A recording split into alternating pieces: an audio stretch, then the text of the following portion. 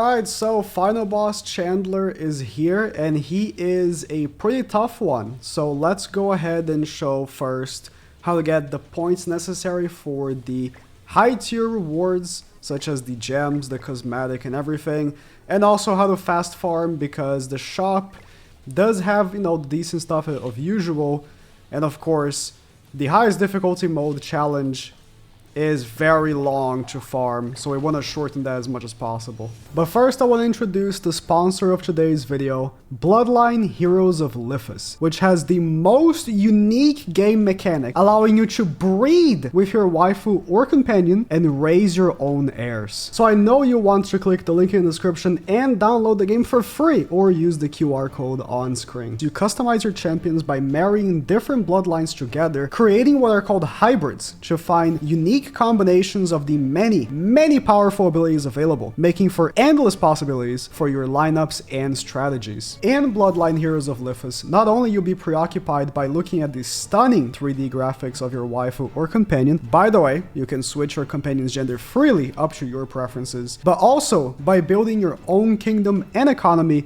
with strategic gameplay, which will be handy for the rewarding late game PvP. New bloodlines and legendary hybrids are constantly being released, so the possibilities are endless and constantly evolving, so that you can create the hybrid that perfectly suits you. So I don't know what you're waiting, make sure to download the game on Android or iOS using my link, or scanning the code, and you even get a special starter pack worth 20 bucks, containing 100 diamonds, 1 summoning crystal, and 100,000 gold. Also, the first 30 players to leave their in-game ID and username in the pinned comment will receive a free female 9-tail champion, which will literally carry you in the game. Do not miss out. Alright, so starting with points, and then we'll move on to the fast clears.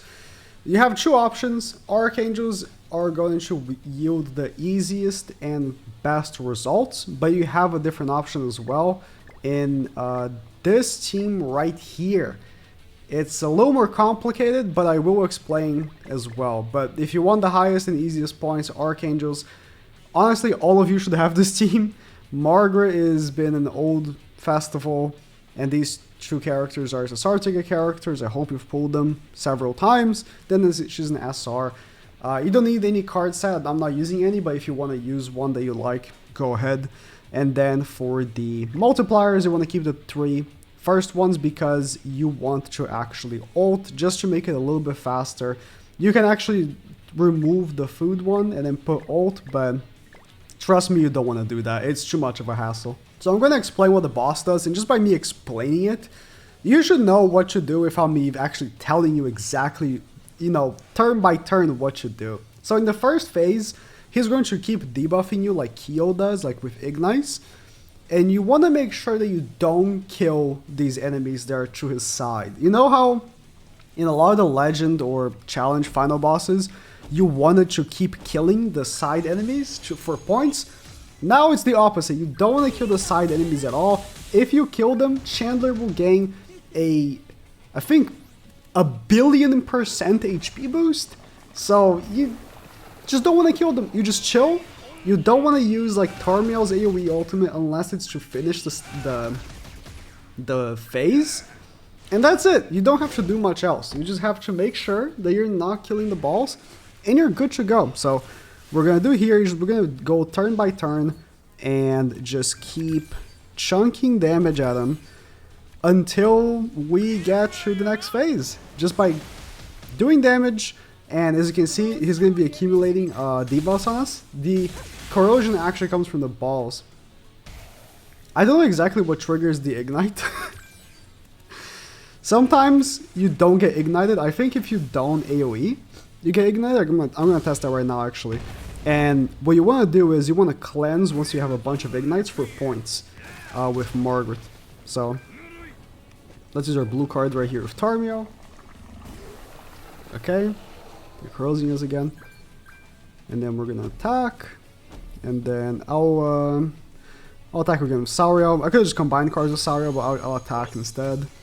We got Tarmiel's ultimate, but again, you don't want to use the Tarmiel ultimate because you don't want to kill the balls, unless it is to again finish the turn, in which case it's fine. Yeah, I think if you don't AoE, Again, I'm playing JP, so I can't read stuff. I just know by playing. I played the boss several times until I realized what happens, okay? Okay. So, one quirky thing about next phase is you actually have very, very, very decreased ult damage, which is very annoying. So, let's just, we're not going to ult right now, actually. We're going to hold on just one more turn, just in case. And we're going to cleanse again next turn for more points. We don't want to ult and then have the boss not die, but the side enemies die, because that's just the end of the run at that point. So we're going to save Margaret's ultimate. I hope she doesn't get disabled here.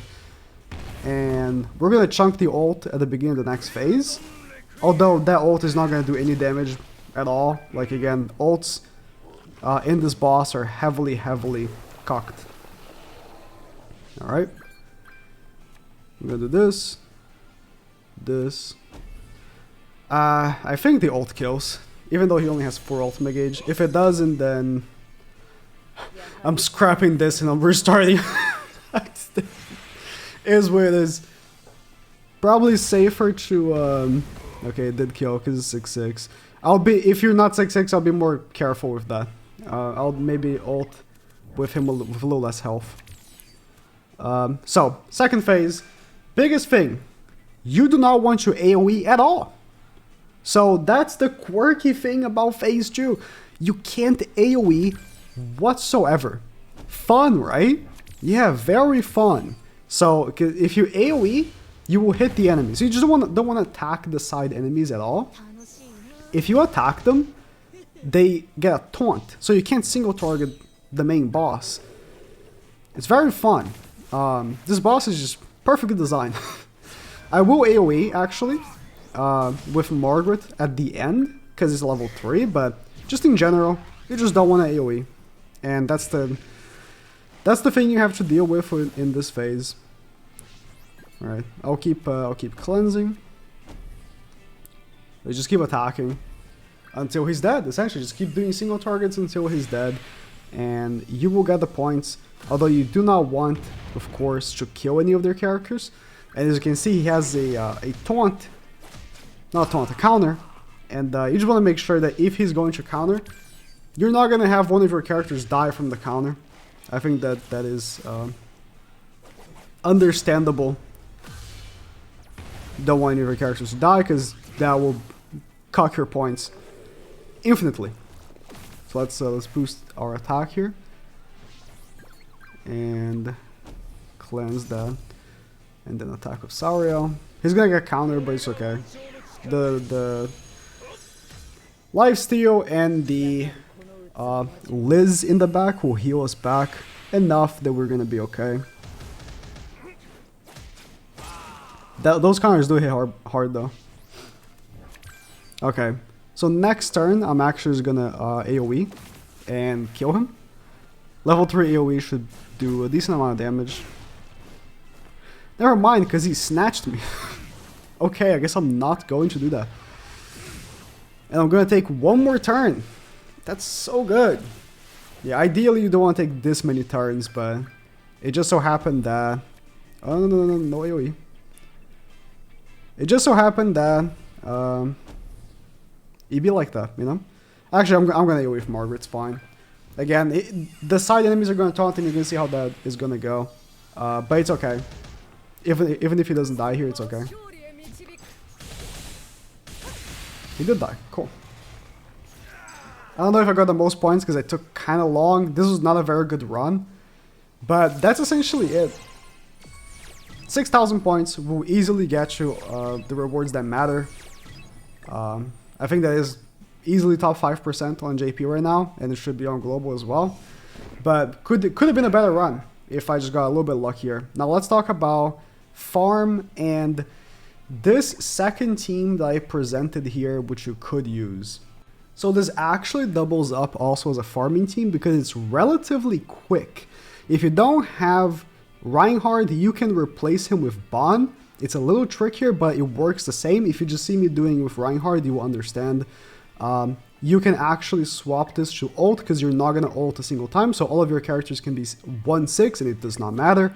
When they use HP food for more damage. And the idea here is Ellie Hawk, she gives more HP the more debuffs she has. And as you saw, I get a bunch of debuffs on me. So this is a pretty good farming team as well. But not the fastest. The fastest is very restrictive. So if you can actually build this team, again, you can use bot instead of Reinhardt, Purgatory bot, of course, and it will work as well. But here's the idea. So in the first turn, I'm just going to waste cards here. I'm not going to waste a Reinhardt card. I'm just going to waste both Scotty cards, and then I'm going to combine these. It's all right. Reinhardt is going to hit like an absolute monster truck. And the points are, again, are relatively good. I saw a screenshot of someone that got 6,500 points with this team. There was no video, so I didn't see exactly like what they did, like how many turns they took. But 6,500 points is pretty good, especially considering this is not the best team possible. All right, unfortunately, I was gonna attack already because this is already a decent amount of debuffs, but he disabled my Reinhardt, so I'm gonna have to wait. But that's already almost 600,000. Almost 600,000 HP. Next turn, if he doesn't disable me again, I'm just gonna go in and absolutely eviscerate with Reinhardt. And the ignites actually go into the next phase, so it's alright. If you want to just go in with max ignites, it's good. It's gonna yield the most damage and most points probably. But also, if you just want to kill him in like 3 turns, you can. Like, you can actually do this in 3 turns. So it's really not that bad. It's not as fast as the 2-turn team, because, you know, it's 3 instead of 2, but still pretty good. So I'm gonna actually do this, and I'm gonna save my other Reinhardt cards, because it's actually going to kill with a level 1 here. You see, Scotty already doing a lot of damage because of all the debuffs I have. Look at this. It wasn't actually 1.4, the other guys died, so he added damage. It was like almost 1,000,000 damage with the single target, level 1. And then going into the second phase here, just gonna boop, boop, and he's dead. Level 1. Again, if you're gonna use Bond, you can essentially just take the same idea.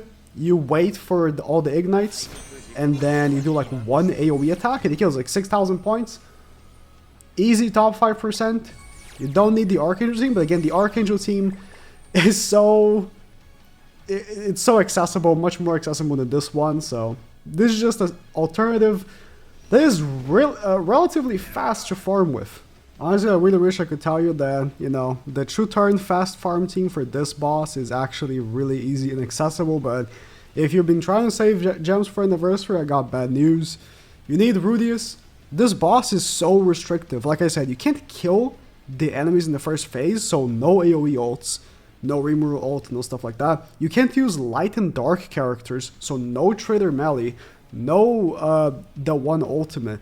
It's so dumb. You can only use red and blue characters, or the boss gets a mega damage reduction, mega attack increase if you don't one-shot him with those, you know, dark and light characters. It's so stupid. So this is the fast farm, like 2-turn team I'm gonna be showing here. I'm using crit chance food for a little more consistency. This team is relatively inconsistent because Rudy has about a 50% chance to crit. Like he has, like right here, he has 158 plus Kizuna, and I don't know how much crit resistance the boss has, but I'm gonna guess it's like 300%. It's honestly like insane how low the crit chances are. But if he crits, which he didn't, if he crits, bro.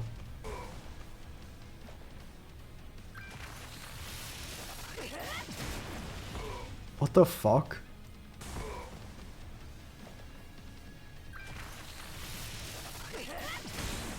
As you can see, the team is so inconsistent. It's honestly hard to recommend even using it. It can do 2 turns, and I will do 2 turns. So if I just do this, this, and this. But is it worth the resets when he misses the crit? I don't know. I kind of like the Reinhardt team, honestly, for farming. But let me show you how to farm Hell as well. Hell is thankfully not that bad to farm. But this is the 2 turn. Very inconsistent. Kind of annoying to build if you missed out on like Rudius and Kizuna, but hey.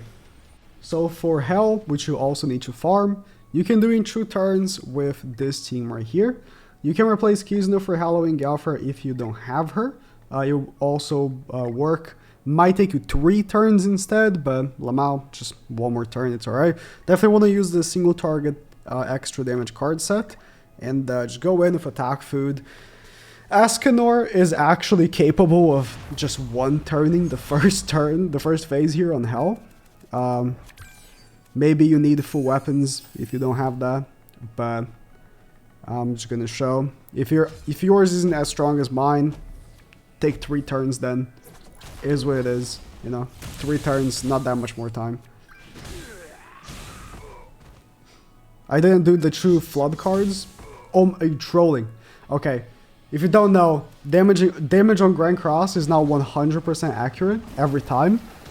So the 2 times I've done this, he did one-shot this phase with 2 level 1 cards, and then this time he didn't because damage fluctuates like a little bit every time you attack. That is funny. Okay, if I had done the 2 flood cards, it would have killed. I should have done that. But pretend it did kill. Okay, so we're gonna just move on. Pretend it did kill. So for majority of you, it might not actually one-shot, even with the single target damage increase card set. Doesn't matter. Then the second turn, you just buff with Kizuna, attack once with Escanor, then attack with melee, and he's dead. The reason why you don't want to attack with melee right away is because he actually gets a mega damage reduction thing. So if melee doesn't one-shot, which he would have, but if melee doesn't one-shot, then he gets 100% damage reduction, 100% damage increase. It's just a lot of things. That's why, again, no the 1 ultimate. Kind of annoying, but that's just how they do the boss, so that's it.